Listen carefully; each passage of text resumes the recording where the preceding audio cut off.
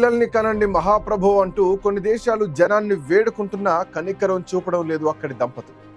వారికి ఇంక్రిమెంట్లు ఇతర సౌకర్యాలకు సంబంధించిన తాయిలాల ఎర చూపినా ఫలితం మాత్రం శూన్యంగానే ఉంటుంది.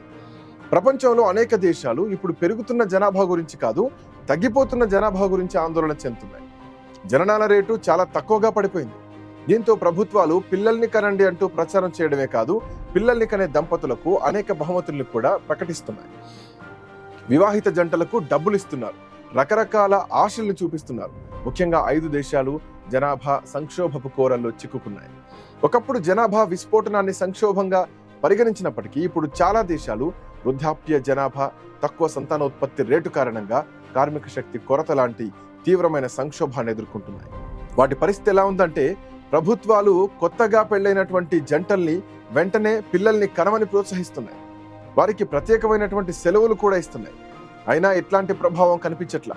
ఇంతకీ పిల్లలు పుట్టకుండా ప్రభుత్వాల సహనాన్ని పరీక్షిస్తున్న ఆ 5 దేశాల గురించి ఇప్పుడు మాట్లాడుకుందాం.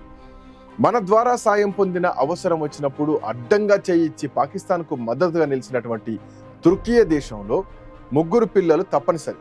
టర్కీ జనన రేటు 2001లో 2.38గా ఉండగా 2025లో 1.4కు ఇది దిగిపోయింది. ఈ సంఖ్య ఫ్రాన్స్, బ్రిటన్, అమెరికా కంటే కూడా తక్కువ. అధ్యక్షుడు రెసెప్ తయ్యిప్ ఎర్డోగాన్ దీన్ని యుద్ధం కంటే పెనుముప్పుగా అభివర్ణిస్తున్నారు. ఆయన 2025ని కుటుంబ సంవత్సరంగా ప్రకటించారు. రాబోయే కొత్త సంవత్సరం 2026 నుంచి కుటుంబం పెరిగేందుకు 3 పిల్లల్ని కనడం తప్పనిసరి చేశారు. కొత్త జంటలకు ఆర్థిక ప్రోత్సాహకాలు ఇవ్వడానికి ప్రయత్నాలు కూడా చేస్తామన్నారు. అయితే ఆర్థిక సంక్షోభం కారణంగా ప్రజలు తమ కుటుంబాల్ని విస్తరించడానికి వెనకాడుతున్నారు. అయినా నిర్బంధంగా 3 పిల్లల్ని కనాలని నిబంధన పెట్టడంపై స్థానిక యువత అభ్యంతరం చెబుతోంది. ఒకవేళ కనాలని ఉన్నా సంతానం కలగకుండా ఉంటే ఏం చేయాలని ప్రశ్నిస్తున్నారు. ఎందుకంటే నానాటికి పెరుగుతున్నటువంటి కాలుష్యాలు, రసాయన మందులు వినియోగించి పండించినటువంటి ఈ వ్యవసాయ ఉత్పత్తుల కారణంగా కూడా ఫర్టిలిటీ రేటు చాలా తగ్గిపోయింది. అలాంటప్పుడు పిల్లల్ని కనడం ఎలా అంటూ కూడా ప్రశ్నలు వస్తున్నాయి. ఇక మరో దేశం వియత్నాం గురించి కూడా చూద్దాం. ఇక్కడ 2 పిల్లల విధానానికి దశాబ్దాల క్రితమే స్వస్తి చెప్పేశారు. ఇప్పుడు ఆ దేశ ప్రజలు తమకు కావలసినంత మంది పిల్లల్ని కలిగి ఉండవచ్చు. 1999 నుంచి 2022 వరకు ఇక్కడ సగటు జనన రేటు 2.1గా ఉంది. అయితే 2024లో ఇది 1.91కి తగ్గింది. జపాన్, దక్షిణ కొరియా, తైవాన్, సింగపూర్ లాంటి ఇతర ఆసియా దేశాల్లో కూడా ఇదే ధోరణి కనిపిస్తుంది. అయితే ఆ దేశాల ఆర్థిక వ్యవస్థలు వియత్నాం కంటే చాలా బలంగా ఉన్నాయి. వియత్నాం తమ ప్రజలకు వృద్ధాప్యం రాకముందే ఆర్థిక వ్యవస్థ బలంగా కావాలని ప్రయత్నిస్తోంది. అయితే ఇక్కడ కూడా యువత తమ కెరీర్ గురించి, పెళ్ళై పిల్లల కంటే పెరిగేటువంటి ఆ ఖర్చుల గురించి ఒక రకమైనటువంటి ఖచ్చితమైన అభిప్రాయంతో ఉన్నారు.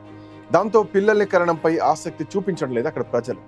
ప్రపంచంలో జనాభా సంక్షోభంలో ప్రధానంగా కూరుకుపోతున్నటువంటి ఇంకో దేశం జపాన్. గత 15 సంవత్సరాలుగా ఇక్కడ జనాభా రేటు భారీగా పడిపోతోంది.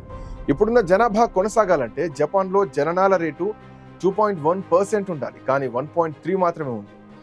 పోయిన సంవత్సరం జపాన్లో 15 లక్షల మరణాలు సంభవిస్తే 8 లక్షల జననాలు మాత్రమే నమోదయ్యాయి.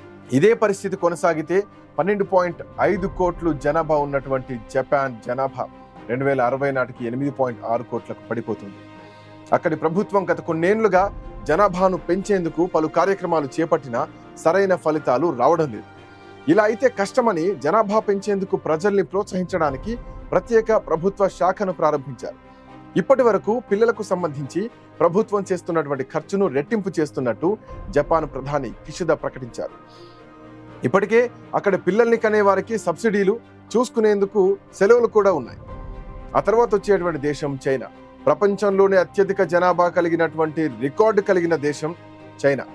సో అక్కడ సైతం జననాల రేటు గణనీయంగా పడిపోయిందని చెప్పాలి.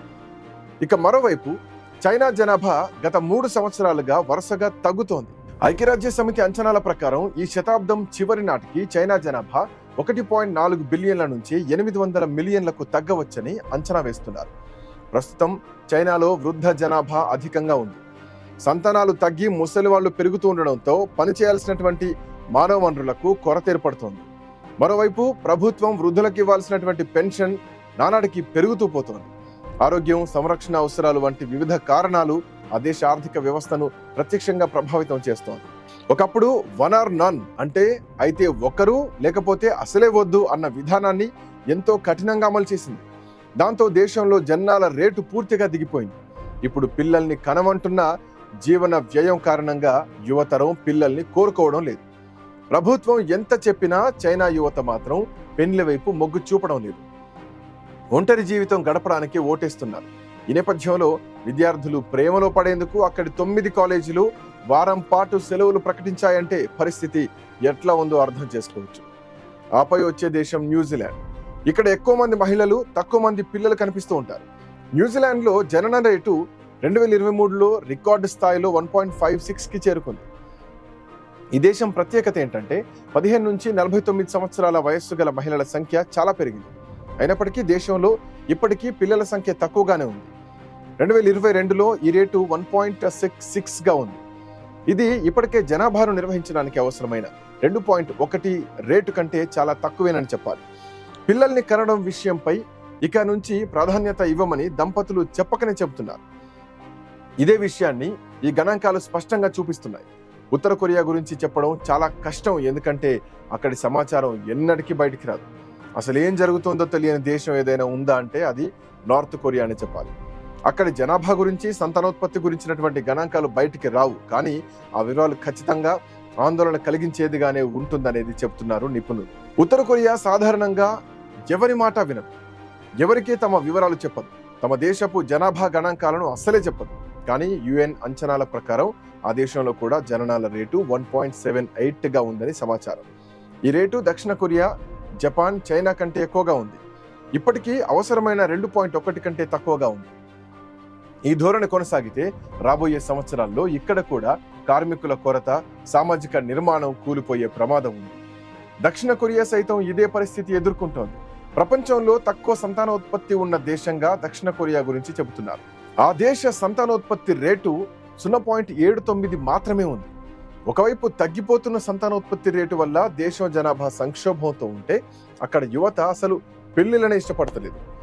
గతేడాది అక్కడ వివాహాల సంఖ్య రికార్డు స్థాయిలో పడిపోయిందనే చెప్పాలి. జీవన వ్యయం భారీగా అక్కడ పెరిగిపోవడం, పిల్లల పోషణకు ఖర్చు పెరగడం వల్లే దక్షిణ కొరియా యువత పెళ్లి, పిల్లలకు దూరంగా ఉంటున్నారని పలు నివేదికలు చెబుతున్నాయి. 2021లో 1000 మంది జనాభాకు వివాహాల రేటు 3.8 నమోదైతే 22లో 3.7కు తగ్గింది. దీంతో యువతను పెళ్లి వైపు ప్రోత్సహించేందుకు ప్రభుత్వం ప్రత్యేక టీవీ షోలు ఏర్పాటు చేస్తూ ప్రచారం చేస్తోంది. ప్రస్తుతం జనాభా కొరతతో ఈ దేశాలు ప్రపంచం నుంచి అనేక రకాలైనటువంటి సవాళ్లను ఎదుర్కొంటున్నాయి. ఈ దేశాల్లో జనాభా తగ్గుదల అంశం ఆందోళన కలిగించేదిగా మారింది. శ్రామిక ప్రజల కొరత, పెన్షన్, ఆరోగ్య సేవల భారం, భవిష్యత్తులో ఆరోగ్య మాంద్యం వంటి ప్రమాదాలు ఎలాగూ ఉంటాయి. నిజానికి పిల్లలు లేకపోతే ఆ దేశంలో కొత్త శక్తి ఆగిపోతుంది. కనుక ఇప్పుడు ఆ దేశ ప్రభుత్వాలు ఆగిపోయిన పిల్లల జననాన్ని మళ్లీ పునరుద్ధరించడంలో నిమగ్నమై ఉన్నాయి. కానీ పిల్లలు కనాల్సినటువంటి యువత మాత్రం సోలో బతికే బెటర్ అంటున్నారు. పిల్లలంటే విముఖత చూపుతున్న యువత పెళ్లి చేసుకుంటే వచ్చే ఖర్చు, పిల్లల్ని కనాలంటే ఖర్చు, వాళ్ళను పెంచాలంటే ఖర్చు, చదువుకు ఖర్చు, రోగం వస్తే ఖర్చు అంటోంది. వచ్చే అరాకొర జీతంతో కుంటుకుంటూనైనా జీవితాన్ని మోయాలి. ఎందుకు ఈ తంట? సోలోగా బతికేస్తే బంధాలు, ఏ బాధలు ఉండవు, ఆంక్షలు ఉండవు, అడిగే వాళ్ళే ఉండరని నిర్కషంగా వాళ్ళు చెప్తున్నారు.